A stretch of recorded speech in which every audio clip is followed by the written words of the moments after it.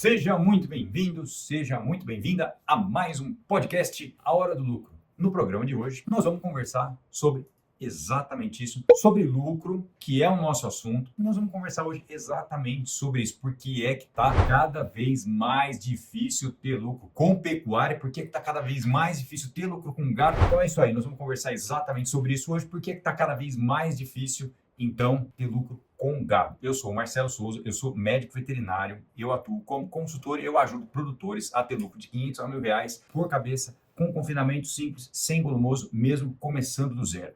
Muito bem. E, na verdade, quando a gente vai trazer esse tema, é um tema desafiador, porque ele envolve dois componentes que são diferentes, que são impactantes, e um deles é a mentalidade do produtor. Tem vários amigos, clientes que estão aqui perto, que convivem com você, comigo, enfim, que convivem com a gente no dia a dia e que realmente não enxergam mais um futuro, uma perspectiva.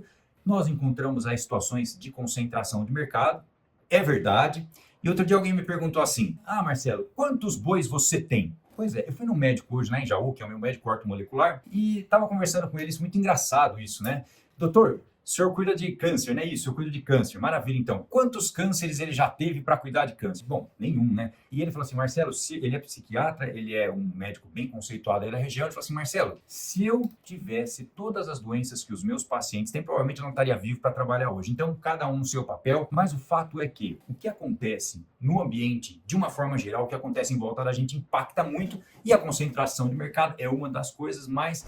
Será que é isso mesmo que dificulta o lucro na pecuária? Será que é só o frigorífico? Será que é só muita gente aí sendo esmagada aí pelo preço da arroba? Será que é isso que impede o lucro na pecuária? Por isso que está cada vez mais difícil. Nós vamos conversar um pouco aqui hoje e vocês vão entender um pouco melhor esse tema a fundo, certo? Então, eu vou começar dizendo o seguinte: bom, tem dois tipos de fazenda hoje, né? E quem tem uma dificuldade muito grande aí em conseguir ter lucro, muitas vezes entra em contato comigo: Marcelo, vem aqui na minha fazenda me mostrar o que você faz. Veja, em volta da sua fazenda, em volta da minha região aqui em Bauru, tem gente que ganha dinheiro com gado e tem gente que não ganha dinheiro com gado. Agora, se tem gente ganhando, o que será que essa turma está fazendo de diferente? O que será que essa turma faz para ter essa receita, para ganhar dinheiro com gado? Eu vou dizer uma coisa para vocês. A primeira coisa que essa turma tem de diferente é a mentalidade. Marcelo, tem gente que tudo dá certo para ele na vida, não é? Não tem gente que é assim? E tem gente que tudo dá errado na vida. Será que é a culpa do frigorífico? Tem gente que é o seu protagonista, que é protagonista. Tem gente que é vítima e vai ser assim a vida inteira. Então, por exemplo, se você pegar uma fazenda hoje que dá certo, vamos até falar um pouco antes, vamos trazer a parte da cria e da engorda. Por que tem fazenda que ganha dinheiro, que produz barato, produz carne a pasto barato? E tem gente que não consegue, tem gente que gasta muito dinheiro com ração ou sal mineral e não consegue, mesmo assim, produzir barato. O que será que tem de diferente nessas fazendas? O que será que tem de diferente nessas fazendas que dá certo, que elas conseguem produzir bem? É excelência na produção a pasto. É saber fazer uma produção a pasto de uma forma excelente. Ou seja, um sistema de manejo rotacionado muito bem feito, com adubação. Marcelo, você tá louco? Se adubar, aí é aí que o gasto vai na casa do chapéu e não consegue mesmo. Meu amigo, talvez você esteja vivendo na pecuária de 60 anos atrás. Talvez você esteja vivendo na pecuária aí dos anos 60. Talvez você esteja vivendo numa pecuária que não existe mais. E outro dia eu até estava conversando com um produtor de carne lá no Mato Grosso. Ele falou assim: Marcelo, qual que é a definição que você tem para pecuarista? O que você acha de um cara, qual que é a definição do termo pecuarista? Qualquer um que tem boi é pecuarista? Qualquer um que tem fazenda tem um negócio? Ou tem um pouco de gado ali? Então, uma coisa muito importante que mudou de antes para hoje é que não dá mais para deixar o gado no pasto e imaginar que você vai tirar ali daquela terra uma quantidade importante, interessante de recursos sem investimento. Então a margem está mais estreita, é verdade. Esse é um dos componentes. Se por um lado a margem está mais estreita, por outro lado, quem sabe fazer continua ganhando dinheiro, certo? Eu estava conversando agora com um produtor lá de Formosa, Goiás, que é amigo de um outro produtor que é atendido por mim lá de Formosa, que é o Dr. Carlos Magno, que já foi até presidente da Embrapa, uma personalidade aqui do nosso país, do agro do nosso país. Se você não conhece ele, vale a pena dar uma checada. E aí ele falou: Marcelo, hoje as coisas que eu tenho na minha fazenda, o que mudou na minha fazenda é que ela produz, mas sempre vai ter aquela pessoa que vai, só dá certo com ele. Marcelo, você não produz carne. Marcelo, você... Muito bem, meu amigo, minha amiga. Se esse é o seu caso, você está aqui hoje e agora, você poderia, inclusive, procurar uma coisa diferente para fazer. Porque aqui, nesse canal, todo mundo é bem-vindo, óbvio, evidente, claro, mas só aproveita quem está com a cabeça aberta para fazer diferente. Chegou um comentário para mim o seguinte, é tão difícil, né? Mas será que se eu tratar do animal vai melhorar isso? Melhora para mim tratando ou não? Se eu tratar aí que eu vou ter prejuízo mesmo. Muito bem, essa conta de quanto você precisa investir para produzir uma arroba de carne é uma conta que todo pecuarista tem que saber fazer. Então, o fato é que antigamente o gado ficava no pasto lá 4, 5, 6, 7 anos e era vendido no final e existia um lucro e isso acabou. Isso não acontece mais. Então, uma coisa é a carne como commodity perdendo valor com o passar do tempo, as fazendas buscando tecnologia e produzindo cada vez melhor para ter uma produção com excelência. Agora, quem é que precisa buscar isso? Quem é que precisa fazer isso acontecer? Quem quiser continuar na pecuária precisa buscar isso. Precisa conseguir fazer isso acontecer, transformar. Ontem eu ainda falava à noite como transformar a fazenda num negócio, né? Porque é muito importante transformar a fazenda num negócio, entender que a fazenda é um negócio. A partir desse momento você começa a progredir. Então, quem não tiver aberto a essa questão de gerir a fazenda, de transformar a fazenda num negócio, vai continuar reclamando, acreditando que não dá certo, porque é muito mais fácil reclamar do que fazer, né?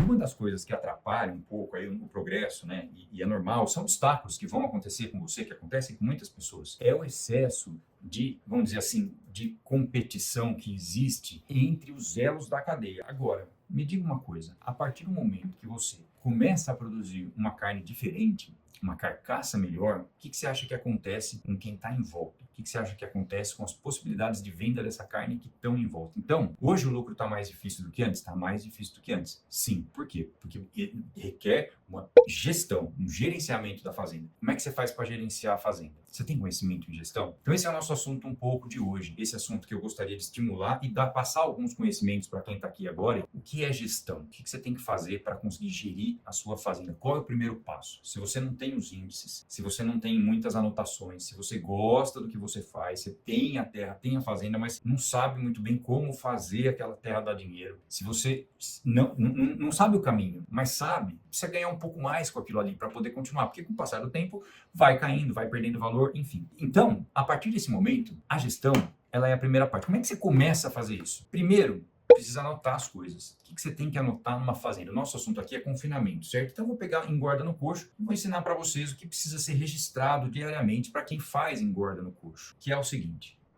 Primeira coisa, que é o planejamento. Então, antes de começar a engorda, tem o planejamento. Qual é o tipo de nutrição que esse gado vai ter? Quanto é o ganho de peso que essa nutrição é capaz de levar esse tipo de gado? Então, a gente sabe que animais diferentes têm ganho de peso diferente. E a gente sabe que rações, dietas diferentes levam ao ganho de peso diferente. Então, esse planejamento é o inicial, é o começo de tudo. Sem saber esse número, fica um pouco mais difícil ter sucesso. Fica um pouco mais difícil realmente conseguir ganhar aí com a pecuária. Então, depois dessa conta, ou seja, você já sabe como é esse planejamento, você já sabe como isso acontece, como isso vai acontecer, na verdade, começou o confinamento. Então, peso inicial dos animais, esses animais vão ser tratados com a quantidade de ração. A primeira anotação que tem que acontecer todo santo dia num confinamento que quer ganhar dinheiro é justamente anotar a quantidade de ração que é fornecida no coxo e a quantidade de ração que sobra no coxo no final do dia. Não é só o que você dá por dia, é o que efetivamente foi consumido pelo gado. Então, veja, talvez você seja um confinador até experiente, talvez você já faça confinamento, mas não esteja aí fazendo essas anotações. Talvez você vai começar a engordar ainda, talvez você está aqui hoje só querendo entender um pouco mais como é que por que está mais difícil ter lucro na pecuária. Eu disse que o cenário mudou demais e agora eu estou ensinando uma ferramenta de gerenciamento muito importante para as propriedades. Se esse conceito tiver na sua cabeça hoje,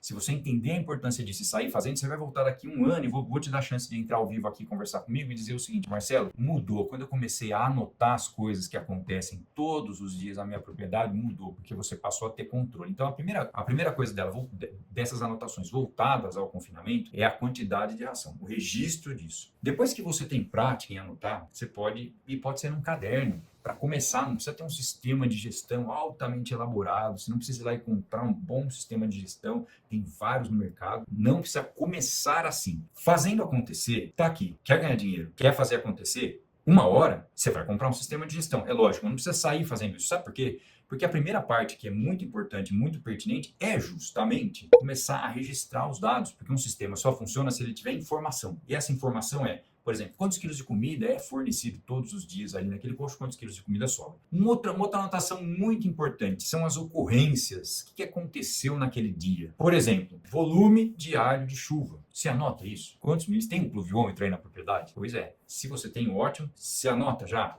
todos os dias quanto choveu aquele dia? Ah, Marcelo, isso é básico, eu já faço isso. Maravilha, mas é um número importante, tem que anotar. Outra coisa, ocorrências maiores, que eu chamo. O que são ocorrências maiores numa operação de engorda? Quebrou um vagão, deixou de entregar um insumo que faz a ração, faltou funcionário, se você só tem um, que faz o trato, quebrou um vagão misturador. Enfim, é uma ocorrência maior, é alguma coisa que acontece dentro de uma operação de engorda que impacta fortemente o resultado ou a operação naquele dia. Então, no seu caderno lá, diário, quando a gente fala diário, são registros de tudo que acontece todos os dias. No seu caderno diário, você vai anotar que aconteceu isso. Por quê? Porque essas ocorrências maiores, se você tem lá um lote, está no coxo e vai ficar 100 dias no coxo, se desses 100 dias, 10 dias você teve algum problema que a gente chama de ocorrência maior, dentro do programa eu explico tudo que eu considero ocorrência maior e por que isso impacta no resultado. Se em 100 dias, 10 dias, você teve um problema, uma ocorrência maior, significa que você teve 10%